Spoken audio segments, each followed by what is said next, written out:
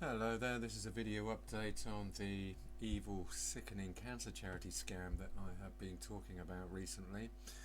And I have, regrettably, some rather disturbing news to report. This is following a check that I performed on missing family members who have not been seen for several years now.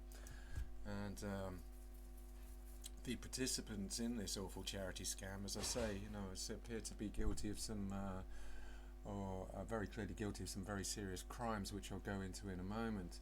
But just to begin with, as I say, I'd just like to point out that I have paid a visit. This is to my mother, who I was most concerned about following many years of silence. And what I found was very disturbing. This is my mother here in younger years, looking quite well. And what I found was a very sad sight. This is my mother looking completely unrecognizable when I knocked on her door, very clearly the victim of some serious neglect. And what was most disturbing is the fact that my mother had been somehow cajoled and encouraged to self-harm and neglect herself. This is, as I say, a check I performed just a couple of weeks ago and found my mother looking completely unrecognizable. Very clearly the victim of some extremely serious neglect. And this in turn now raises serious questions about these other missing members of my family. So I decided to call the Norwegian police to try and find out some more news about my son. This is a few days ago, in light of this very disturbing news about my mother. And the Norwegian police, rather shockingly, were not able to tell me or provide any evidence to show me that my son is still alive. Telling me they did not wish to intervene. This is given the seriousness of the crimes happening, we can only presume within the parameters of this cancer charity scam. So the Norwegian police are just simply terrified of what's going on here and unwilling to intervene.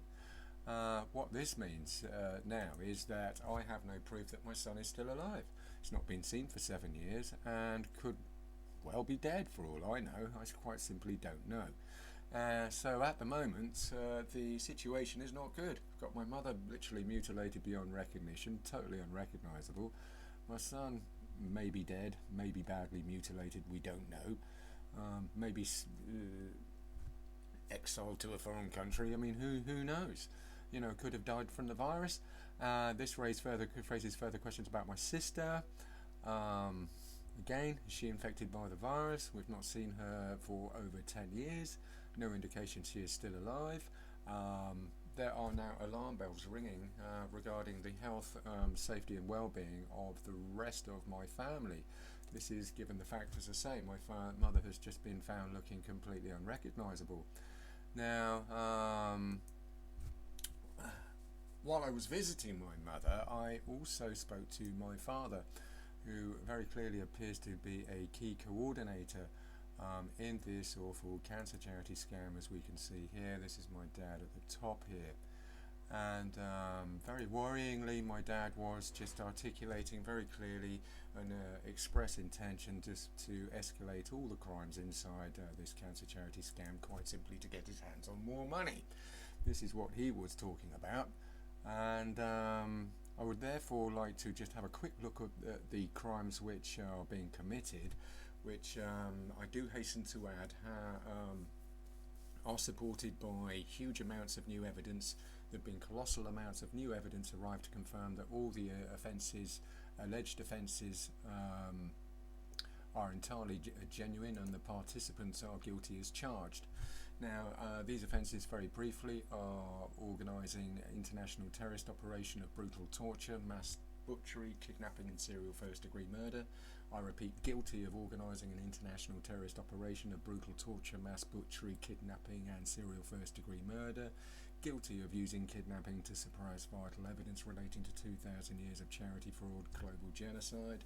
guilty of blocking investigations into the cancer charity scam to cover up 2,000 years of global genocide and medical mafia terrorism, guilty of 18 years of perverting the course of justice to avoid prosecution since 2003. This is in my own personal set of circumstances.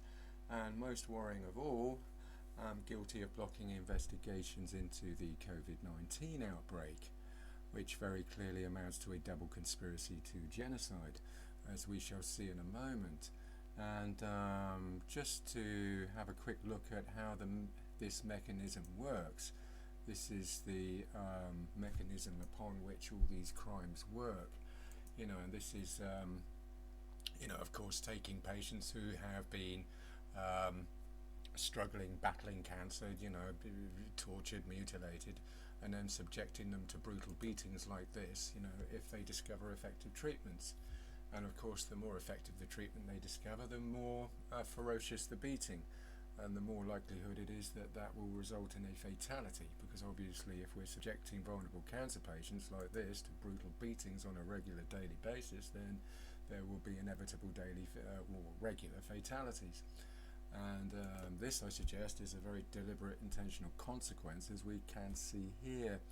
The bullying, the routine bullying, violence and battery at the top, which is all integral, important, obviously key part of the mechanism, if not, obviously the most important, which, as I say, results in these inevitable, deliberate, intentional fatalities, which have a very clear purpose, of course, to cause maximum damage to younger patients who are kept in the dark and denied access to effective treatments, which in turn instills maximum fear into the public and encourages us to part with our hard-earned cash. Now, this sickening wheel of violence, terrorism, torture, kidnapping and murder is literally spiraling out of control as I speak, and very clearly appears to clarify the origins of gain-of-function research.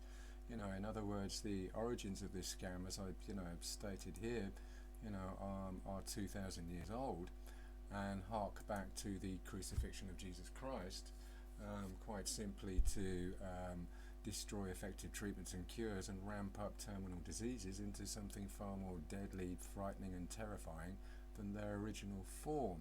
Now, this is all, in turn, as I suggest, inspired the making of a virus, which, quite simply, this awful wheel of corruption has ultimately now resulted in the making of a virus, which, goes something like this. It's like, basically Jesus had effective treatments and cures for smoking, which the medical establishment didn't like, quite simply because this encouraged people not to suffocate themselves. And they therefore realized that by crucifying Christ, they could get rid of cures for addiction and smoking, and therefore encourage, this rather sinister self-imposed suffocation via smoking, which people take up left to their own devices if left in the dark. And lo and behold, all of a sudden this has spiraled out of control, as I say, into this COVID-19 epidemic and this virus problem we see today. So there are some crystal clear, undeniable links between this charity scam and the COVID-19 crisis. Now, it's also worth pointing out, just before I go, that there is an awful cycle of addiction going on here. And this would also explain why my father was articulating very clearly to me that he wished to perpetuate all the crimes were happening within this scam. This is when I saw him a few days ago. He was basically saying he's not bothered by the fact that huge amounts of evidence have arrived just to prove beyond any reasonable doubt that all these offences are entirely genuine and the participants guilty. He has expressed a very clear determination to carry on with this cycle of violence in order to raise more money and perpetuate this awful cancer charity scam for future generations, which appears to be his sole aspiration, which of course involves escalating the terrorism, torture, awful butchery, hostage taking and serial murder needed to perpetuate this awful nightmare of a scam. So yes, what we have is this terrible cycle of addiction, which very clearly is spurred by the money at the bottom here. This is obviously the key, main addiction, which then in turn, very unfortunately, leads to an addiction to violence, an addiction to serial murder, an addiction to butchering people beyond recognition, an addiction to instilling fear, etc., etc., in this rather sad cycle of mental illness, which I think, is another issue actually I'd just like to touch upon before I go, is the fact that all these participants running the scam all show signs, very serious signs of mental health problems, not least of all my father. Really literally just to stand there and be so belligerent and arrogant as to say that, he's proud of all the crimes committed within this scam, literally proud of dragging out these people and subjecting them to routine violence, beating them into this awful mess, which is all he seems to do, is all he wants to do. And of course, depending on the effectiveness of the treatment that a patient discovers, depends on or governs the ferociousness of the attack.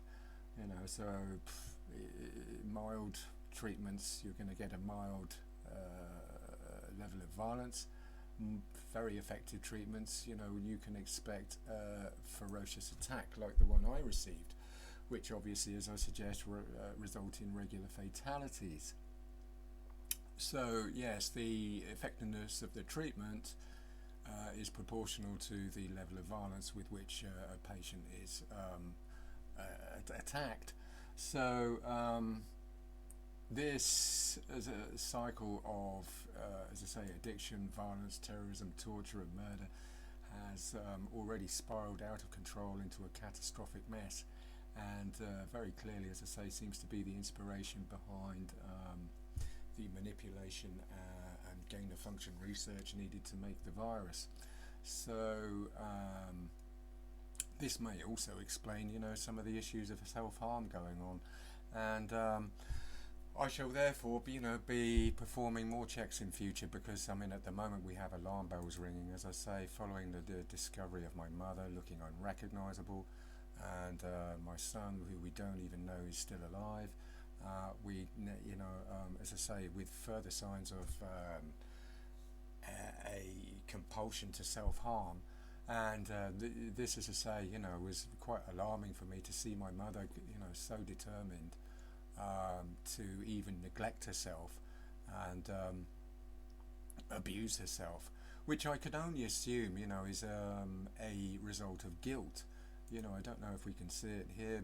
It's like, here we go, the guilt in the addiction cycle here. The guilt that they feel after, all this business. Which maybe suggests that the participants in this awful scam are aware of the fact that they have been spending blood money. They have been spending the ill-gotten gains from this fraud, and feel guilty about it, and therefore, rather than wait for the police to punish them, they're going to punish themselves. And decided that this is a suitable way, method of dealing with the problem. Quite simply to lock themselves up, suffocate themselves, isolate themselves, lock themselves down, neglect themselves to the point of being unrecognizable. And it's actually extremely sad, to the point of just being beyond words practically, and very difficult to express, how sad and tragic this situation is. And as I say, I shall therefore be performing many more checks in the future.